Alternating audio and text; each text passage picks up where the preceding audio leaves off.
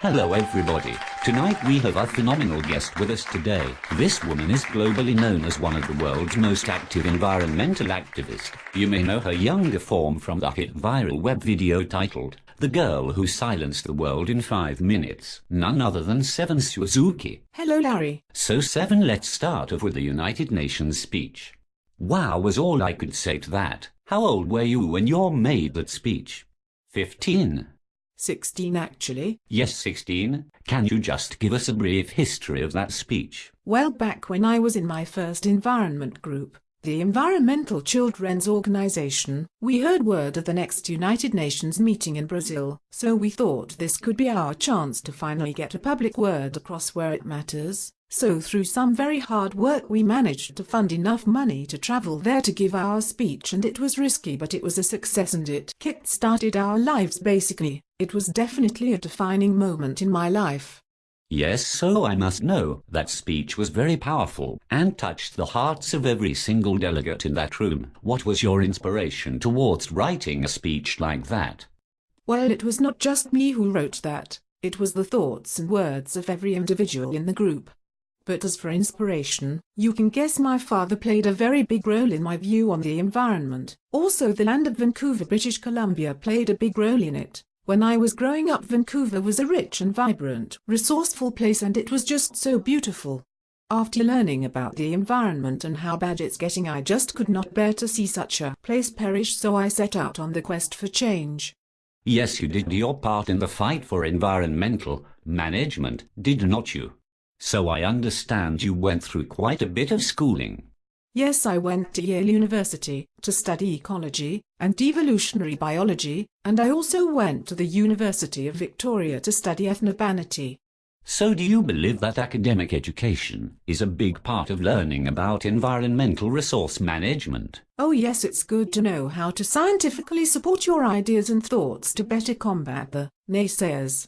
Yes, so after your schooling at Yale you went out traveling with your father and Discovery Channel to film your children's show, Suzuki's Nature Quest. Out of the schooling and the traveling, what do you think was the more educational experience for you to grow in your environmental knowledge?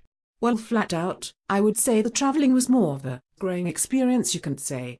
But the schooling was just as important. Definitely, the difference in the schooling is that you would go there to study the environment and how it works, and how to maintain it, how to use it, things like that. Whereas if you travel to learn about the environment, you are learning through experiences, which leads you to be a more self-actualized individual towards the environment, you know? Yes, so when you were working in the United Nations as a member of Kofi Annan's Special Advisory Panel, you participated in something called the Skyfish Project. Can you explain that? Well, what it was a simple but yet effective plan. The group on the Special Advisory Panel all created a website directed at the youth that provided things like information for the youth to indulge upon and forums for discussions. Its aim was to enlighten our youth about our Earth and allow them the knowledge on environmental resources and management.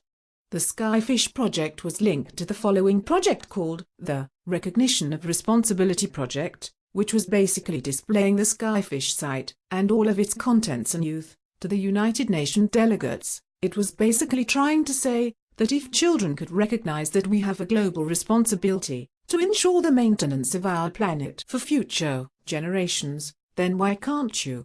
So that day the recognition of responsibility was made by the United Nations World Summit on Sustainable Development.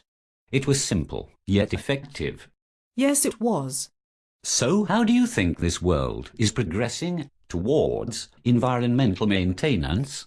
Well, for starters, no two countries are the same. In fact, there are still many countries that don't take this global crisis seriously. It's all supply and demand with the governments and big corporations. There are so many facts and proofs out there. We just need leaders who are ready and able to take action. Don't get me wrong, a lot of countries are taking baby steps toward their goal, but we need to start running sooner or later.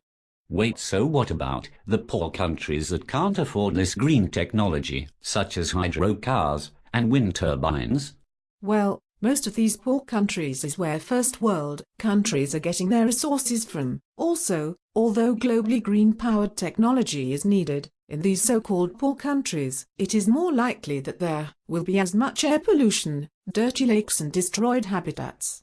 It's just supply and demand, like I said before. The first world countries run out of resources and now they need someone else's. It's like robbery really. Because of human needs, we are robbing a chance for future generations to prosper as we once did years ago.